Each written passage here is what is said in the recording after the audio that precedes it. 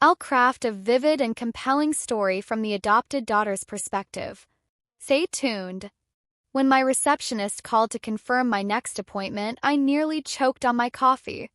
"Dr. Morgan, your 2:30 is here. A Mr. Adam Williams," she said casually, unaware of the jolt her words gave me. Adam Williams wasn't just a patient, he was my father. I checked the details on the file she'd just handed me. There it was, clear as day. Adam Williams, age 44, presenting symptoms of discomfort down there. A nervous laugh bubbled up inside me, but I quickly smothered it. What on earth was he thinking, booking an appointment with me, a urologist, his adopted daughter? I took a deep breath and forced my professional mask firmly into place. This was just another consultation, I told myself. Just another patient. "Send him in," I said, my voice steady. He walked in moments later, looking far too casual in a navy button-down and jeans. His eyes darted around my office, landing on the certificates framed neatly on the wall before settling on me.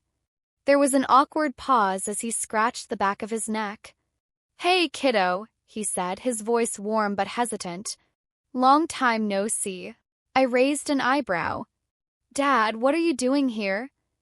Didn't your receptionist tell you?" "I've got a, situation." His eyes flicked to the examination table and then back to me. I sighed, leaning back in my chair. "You know there are other urologists in the city, right? Good ones. Ones who didn't, grow up calling you Dad." His lips quirked into a sheepish smile. "Yeah, but I trust you more than anyone else. And, well, this isn't exactly something I want to talk about with a stranger." I couldn't help but chuckle, the tension between us easing slightly. "All right. But let's set some ground rules.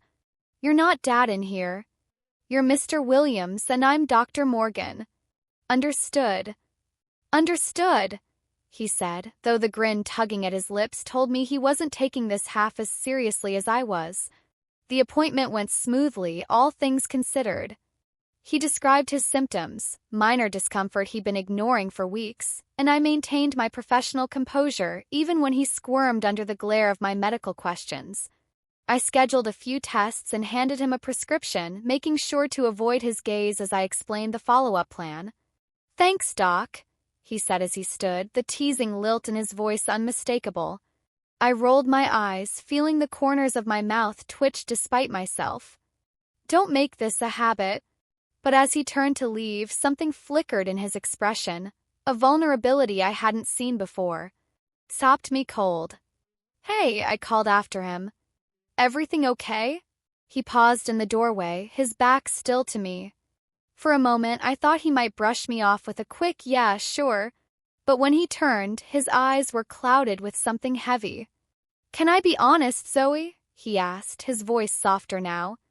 "Of course," I said, surprised by the shift in his tone. He hesitated, rubbing the back of his neck the way he always did when he was unsure of himself. "I didn't just come here because of the, medical stuff. I've been feeling kind of lost lately. You're the closest thing I've got to someone I can really talk to, and I didn't know how else to reach out." The air in the room seemed to thicken, the casual banter between us replaced by something deeper. "I'm always here for you, Dad," I said softly, slipping for a moment back into the role of daughter instead of doctor. "You don't need an excuse to come to me." A faint smile touched his lips, and he nodded, his eyes lingering on mine for a moment longer than necessary before he left. As the door clicked shut behind him, I found myself sitting there, staring at the space he'd just occupied. The oddity of our relationship, father and daughter, yet something else entirely, pressed against my thoughts. I'd always known there was a bond between us that felt different, more intense. But until now, I hadn't dared to examine it too closely. That day, as I turned my attention to the next patient, I couldn't help but wonder if he felt it too. After work, I couldn't shake the lingering weight of our earlier conversation. My father had never been the kind of man to openly admit vulnerability, and the fact that he had done so today stayed with me. Something about his words about feeling lost made me feel guilty for how little I had been around him lately. So I decided to swing by his place unannounced. His house was exactly as I remembered it, warm and inviting with a soft glow spilling out from the living room window. As I approached the front door, I hesitated. Was I overstepping? Would he find it strange for me to drop by out of the blue? I brushed the doubts aside, reminding myself that he had come to me today, vulnerable and open. This was my turn to show up for him. The door creaked open before I had a chance to knock. Zoe. His surprise quickly morphed into a smile that reached his eyes. What are you doing here? Not enough time with me at the office, huh? I laughed. Thought I'd check on my favorite patient. See how you're holding up. He stepped aside, waving me in. Well, this is a nice surprise. Come on in, kiddo. The familiar scent of his cooking hit me immediately. Garlic, rosemary, and something savory. Were you making dinner? Yeah, he said, leading me into the kitchen. I figured I'd throw something together. Haven't had a proper meal all week. You hungry? Always, I admitted with a grin, sliding onto one of the bar stools by the counter. He worked with ease, stirring a pot on the stove while occasionally glancing at me over his shoulder. His movements were calm and deliberate, a stark contrast to the uncertainty I'd sensed in him earlier. So, he said, flipping something in a pan, how was the rest of your day? You seemed pretty swamped when I left. Busy as always. But it's good. I like staying on my toes, I said, watching him. That's my girl, he replied, the pride in his voice unmistakable. You've always been a hard worker.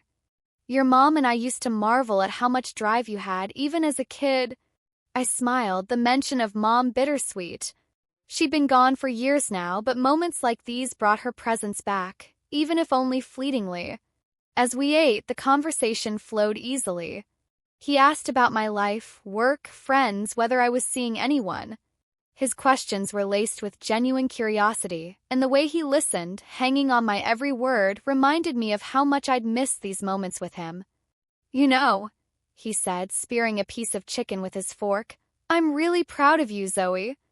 I don't say it enough, but I should. You've built this amazing life for yourself. Sometimes I don't even know how I got lucky enough to be your dad. I felt my cheeks flush, his words catching me off guard.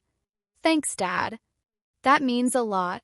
Just telling the truth, he said with a shrug, though the softness in his eyes suggested it wasn't so casual. After dinner, he insisted on cleaning up, shooing me into the living room with a glass of wine. I settled into the couch, listening to the clatter of dishes in the kitchen. Moments later, he joined me, dropping down onto the couch with a relaxed sigh. This feels nice, he said, leaning back and glancing at me. You being here. You should come by more often. I turned to look at him, surprised by the intensity in his gaze. I will, I promised. I didn't realize how much I missed it until now. A slow smile spread across his face. Good. Because I missed it too. He leaned over and pulled me into a hug, the kind that was warm and firm, like he was trying to convey everything he couldn't put into words. I rested my head on his shoulder, feeling the steady rhythm of his heartbeat. For a moment, the world outside his home faded, leaving just the two of us in the comforting silence. When he finally pulled back, his hands lingered on my shoulders, his thumbs brushing lightly against my collarbone. His expression was hard to read, soft yet searching. I mean it, he said, his voice barely above a whisper. You should come more often. It's nice having you around. His eyes locked onto mine, and there was something in his gaze that made my breath hitch. It was unspoken, a quiet intensity that lingered far longer than it should have. I wasn't sure what to do with it, whether to lean into it or step away. But before I could decide, he broke the moment with a small laugh, shaking his head as if to clear it. Look at me, he said, his tone lighter now. Getting all sentimental. Must be the wine. I laughed, though the tension in my chest hadn't entirely eased. It's okay, Dad. I like sentimental. Yeah, he asked, his smile softening. Well, maybe I'll make it a habit then. We talked for a while longer, the conversation dipping back into lighter topics. But even as I laughed at his jokes and listened to his stories, I couldn't shake the weight of that look he'd given me earlier. It was as though he'd wanted to say something but couldn't bring himself to voice it. When I finally left, he walked me to the door, his hand resting lightly on my back as he opened it. "Drive safe," he said, his voice warm. "And don't be a stranger, okay?" "I won't," I promised, stepping out into the crisp night air. As I drove home, his words replayed in my mind along with the way he'd looked at me. For the first time, I began to wonder if there was something between us, something deeper than the bond we'd always shared. And if there was, what did that mean? The next morning, as I sat in my office reviewing charts, my phone buzzed on the desk. I glanced at the screen to see a text from my father. "Come over tonight for a delicious duck and wine. I promise it'll be worth it." I couldn't stop the smile that crept across my face. His enthusiasm radiated through the words, and the thought of another evening together felt like a comforting promise. It surprised me how much I was looking forward to it. The hours dragged until the end of the workday. By the time I returned home, I had already made up my mind. I'd pack a small bag and stay with him for a few days. It felt spontaneous, but something inside me craved the familiarity of his presence, the way he had so easily pulled me out of my usual routine just by being himself. When I arrived at his house, the glow of the porch light felt like a beacon against the deepening dusk. Before I could even knock, the door swung open. He stood there with an apron tied around his waist, a warm smile stretching across his face. "You're early," he said, his eyes lighting up as they met mine. "Not that I'm complaining." I held up my bag. "I thought I'd stay for a couple of days. If that's okay." "Okay," he repeated, his voice brimming with delight. "Zoe, that's more than okay. It's the best news I've heard all week." The genuine happiness in his expression made my chest tighten in a way I couldn't quite explain. He reached for the bag, brushing my hand as he took it from me. The warmth of his touch lingered, and for a brief moment I forgot how to breathe. "Come on," he said, ushering me inside. "Dinner's almost ready. You're going to love this." The house smelled incredible, rosemary, garlic, and something rich and savory wafting from the kitchen. I followed him in, watching as he moved confidently around the space, checking the oven and stirring sauces. "Since when do you cook like this?" I teased, leaning against the counter. He shrugged, a playful grin tugging at the corners of his mouth. "Since I had someone special to impress." The words hung in the air for a moment, heavier than he seemed to realize. My stomach flipped, and I quickly turned my attention to pouring us both glasses of wine. Over dinner, the conversation flowed effortlessly, just as it had the night before. He told stories from his work, sprinkling in his signature dry humor that always managed to make me laugh. I shared a few anecdotes from the clinic, and he listened intently, his focus entirely on me. "You're amazing, you know that?" he said suddenly, setting his fork down and leaning back in his chair. I blinked, caught off guard by the sincerity in his tone. "What?" "You. Everything you've accomplished. The woman you've become. Sometimes I feel like I don't tell you that enough." The words hit me with an unexpected force, a warmth spreading through me that I didn't know I needed. "Thanks, Dad," I said softly, though the word Dad felt oddly out of place in that moment. After dinner, we settled into the living room with our wine. The room was dimly lit, the soft glow from the fireplace casting flickering shadows on the walls. I sat on the couch, tucking my legs beneath me while he took the seat beside me. "You know," he said after a moment, swirling the wine in his glass, "I'm glad you decided to stay for a while. I've missed this, having you around." "Me too," I admitted. "I didn't realize how much until now." He reached out, resting a hand on my shoulder. Touch was warm, grounding, and I felt myself leaning into it almost instinctively. "You mean the world to me, Zoe," he said, his voice barely above a whisper. I glanced up at him, and the intensity in his gaze made my breath catch. His eyes seemed to search mine, as if looking for something unspoken. My pulse quickened, but I couldn't bring myself to look away. "I mean it," he continued, his thumb brushing lightly against my shoulder. You're the most important person in my life. Always have been. There was a weight to his words, a depth that made my chest tighten. I nodded, unable to find the right response, and he pulled me into a hug. It wasn't the kind of hug we used to share, quick and casual the way parents and children often do. This was different. His arms wrapped around me with a firmness that felt protective, almost possessive, and I melted into him, resting my head against his chest. "You're safe here," he murmured, his voice low and steady. "Always." Something about the moment felt impossibly tender, and I found myself clinging to him just a little tighter. The world outside his house, with all its noise and demands, faded away. In his arms, I felt a sense of belonging I hadn't realized I was missing. His gaze locked onto mine, and for a moment it felt like the air between us was charged with something unspoken. "You should get some rest," he said softly, though his eyes didn't leave mine. "Yeah," I whispered, my voice unsteady. As I made my way to the guest room, my heart raced in a way I couldn't quite explain. Something between us had shifted, and I wasn't sure what it meant or where it might lead. But for the first time in a long while, I didn't feel alone. The house was quiet, save for the rhythmic ticking of the clock on the wall. I lay in bed, staring up at the ceiling, unable to sleep.